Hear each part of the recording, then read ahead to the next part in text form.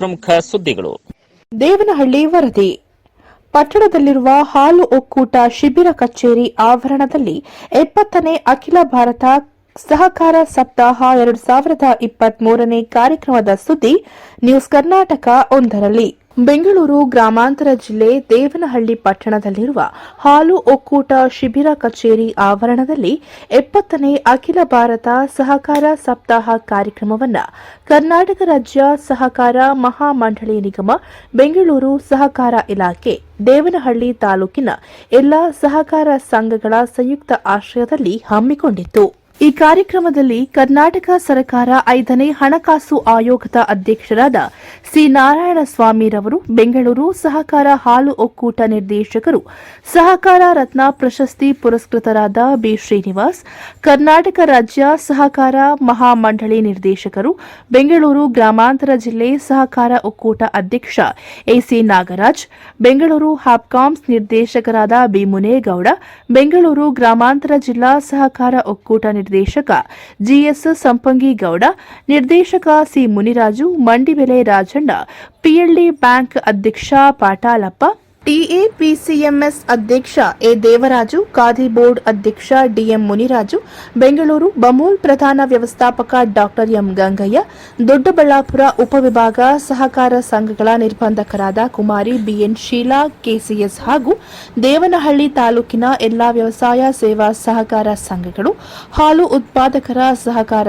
ಸಂಘಗಳು ಹಾಗೂ ಮಹಿಳಾ ಸಹಕಾರ ಸಂಘಗಳು, ಇತರೆ ಎಲ್ಲಾ ಸಹಕಾರ ಸಂಘಗಳು ಅಧ್ಯಕ್ಷರು, ಪದಾಧಿಕಾರಿಗಳು ಹಾಗೂ ಮುಖ್ಯ ಕಾರ್ಯನಿರ್ವಹಣಾಧಿಕಾರಿಗಳು, ತಾಲೂಕಿನ ಎಲ್ಲಾ ಮಾರ್ಗ ವಿಸ್ತರಣಾಧಿಕಾರಿಗಳು ಈ ಸಂದರ್ಭದಲ್ಲಿ ಹಾಜರಿದ್ದರು.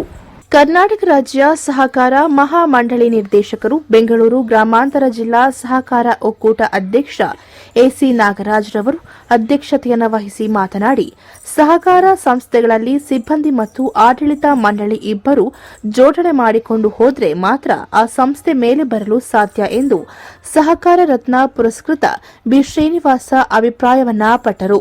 ಮಾಜಿ ಪ್ರಧಾನಮಂತ್ರಿ ನೆಹರೂರವರ 2 ವಿಷಯದ ಬಗ್ಗೆ ಅಪಾರ ಪ್ರೀತಿಯನ್ನ ಹೊಂದಿದ್ದರು. ಸಹಕಾರಿ ಕ್ಷೇತ್ರ ಹಾಗೂ ಮಕ್ಕಳ ಬಗ್ಗೆ ಅಪಾರ ಕಾಳಜಿ, ಪ್ರೀತಿಯನ್ನ ಹೊಂದಿದ್ದರು.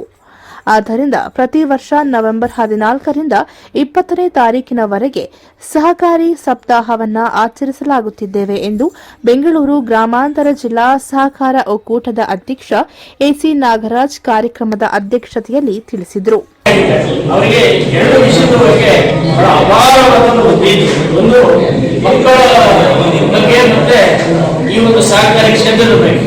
ಅದಕ್ಕಾಗಿ ಈ ಒಂದು ಸಹಕಾರಿ ಕ್ಷೇತ್ರದ ಸಪ್ತಾಹವನ್ನು ತಡೆದು ನಮ್ಮ ಎನ್ಸಿಯುದಿಂದ ಆವತ್ತಿನಿಂದ ಅವರ ಹುಟ್ಟುಹಬ್ಬವನ್ನ ಇದಕ್ಕೆ ಮೀಸಲಾಗಿ ಪ್ರತಿ ವರ್ಷ ನವೆಂಬರ್ 14ರಿಂದ 20ರವರೆಗೂ ಇದು ನಾವು ಅವರ ಒಂದು ನೆನಪಿಗಾಗಿ ಈ ಸಪ್ತಾಹವನ್ನು ವಿಜೃಂಭಣೆಯಿಂದ ಸಹಕಾರಿಗಳು ಆಚರಿಸಿಕೊಂಡು ಬಂದಿದ್ದೀವಿ.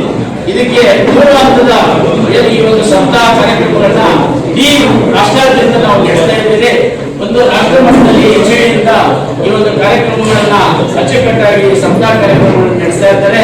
ತದನಂತರ ನಮ್ಮ ರಾಜ್ಯ ಮಟ್ಟದಲ್ಲಿ ಏನು ನಮ್ಮ ಕರ್ನಾಟಕ ರಾಜ್ಯ ಸಹಕಾರ ಮಹಾಮಂಡಳ ಇದೆ, ಆ ಒಂದು ಶೃಂಗಸಭೆಗಳ ಸಂಯುಕ್ತ ಆಶ್ರಯದಲ್ಲಿ ನಮ್ಮ ಎಲ್ಲ ರಾಜ್ಯಾದ್ಯಂತ ವಿವಿಧ ಜಿಲ್ಲೆಗಳಲ್ಲಿ ಈ ಒಂದು ಕಾರ್ಯಕ್ರಮಗಳನ್ನ ಆಯೋಜನೆ ಮಾಡಿ, ಮೊದಲನೇದಾಗಿ ನಾವು ನವೆಂಬರ್ 14ರಲ್ಲಿ ಶಿವಮೊಗ್ಗದಿಂದ, ನಾಳೆ 20ನೇ ತಾರೀಕು ಬಿಜಾಪುರದಲ್ಲಿ ಮುಖ್ಯಮಂತ್ರಿಗಳು ಸಮಾರೋಪ ಮಾಡುವ ಮೂಲಕ ಇದಕ್ಕೆ ಒಂದು ಅಂತಿಮ ಸಮಾರೋಪ ಸಮಾರಂಭ ನಡೆಯುತ್ತದೆ. ಬೆಂಗಳೂರು ಸಹಕಾರ ಹಾಲು ಒಕ್ಕೂಟ ನಿರ್ದೇಶಕರು, ಸಹಕಾರ ರತ್ನ ಪ್ರಶಸ್ತಿ ಪುರಸ್ಕೃತರಾದ ಬಿ. ಶ್ರೀನಿವಾಸ್ ರವರು 70ನೇ ಅಖಿಲ ಭಾರತ ಸಹಕಾರ ಸಪ್ತಾಹ 2023ರಲ್ಲಿ ಭಾಗವಹಿಸಿ ಮಾತನಾಡಿದರು. ಸಿಬ್ಬಂದಿ ಆಡಳಿತ ಮಂಡಳಿ ಜೋಡಣೆ ಮಾಡ್ಕೊಂಡು ಹೋದಾಗ ಮಾತ್ರ ಆ ಸಂಸ್ಥೆ ಮೇಲೆ ಬರ್ಲಿಕ್ಕೆ ಸಾಧ್ಯ. ಎತ್ತು ನೀರಿಗೆ ಎಳುತ್ತು, ಕೋಣ ನೀರಿಗೆ ಎಳುತ್ತು, ಎತ್ತು ಬೇರೆ ಗೆಳಿತು ಅಂತ ಶಾಸ್ತ್ರ ಅಂತ ಹೇಳ್ತಾರೆ. ಹಂಗಾದಾಗ ಆ ಸರ್ಕಾರ ಸಂಘಗಳು ನಿಜವಾಗ್ಲೂ ಅವೇನು ಉದ್ಧಾರ ಆಗಲ್ಲ. ಅವೇನಾದ್ರೂ ಉದ್ಧಾರ ಆಗ್ಬೇಕಂದ್ರೆ ಜೋಡಣೆ ಚೆನ್ನಾಗಿರ್ಬೇಕು. ಸಹಕಾರ ಸಂಘದಲ್ಲಿ ಆಡಳಿತ ಮಂಡಳಿಯವರು, ಸಿಬ್ಬಂದಿಯವರು ಜೋಡಣೆ ಇದ್ದು ಕೆಲಸ ಮಾಡಿದ್ರೆ ಮಾತ್ರ ನಿಜವಾಗ್ಲೂ ಆ ಸಹಕಾರ ಸಂಘ ಮೇಲೆ ಬರಲಿಕ್ಕೆ ಸಾಧ್ಯ. ನಾನು 1983ನೇ ಇಸ್ವಿಯಲ್ಲಿ ಹಾಲು ಉತ್ಪಾದಕರ ಸಹಕಾರ ಸಂಘದಲ್ಲಿ ನಿರ್ದೇಶಕನಾದ ಬಿಜ್ವಾರದಲ್ಲಿ. ಅವತ್ತಿಂದ ಇವತ್ತವರೆಗೂ ಮಧ್ಯ ಒಂದು 5 ವರ್ಷ ಎಲ್ಲಾದರೂ ಈ ಸಹಕಾರ ಕ್ಷೇತ್ರದಲ್ಲಿ ಬ್ರೇಕ್ ಆಗಿರ್ಬೋದು ಅಷ್ಟೇ. ನನಗೆ ಗೊತ್ತಿದ್ದಂಗೆ ಅವತ್ತಿಂದ ಇವತ್ತವರೆಗೂ ಈ ಸಹಕಾರಿ ಕ್ಷೇತ್ರದಲ್ಲೇ ಮುಂದುವರ್ಕೊಂಡು ಬಂದಿದ್ದೀನಿ. ನಾವು ಯಾವುದೇ ಚುನಾವಣೆ ನಿಲ್ಲಲ್ಲ ಅಂತ ಹೇಳಿದ್ದೆ. ಅಂದರೆ ಸಹಕಾರ ಕ್ಷೇತ್ರ ಬಿಟ್ಟು ಬೇರೆ ನಾರಾಯಣಸ್ವಾಮಣ್ಣವರು ಇಲ್ಲಿ PNB ಬ್ಯಾಂಕಲ್ಲಿ ಅವೆಲ್ಲ ಒಟ್ಟಾಗಿದ್ವಿ. ಇರಲಿ, ಪರವಾಗಿಲ್ಲ. ಅವರೆಲ್ಲ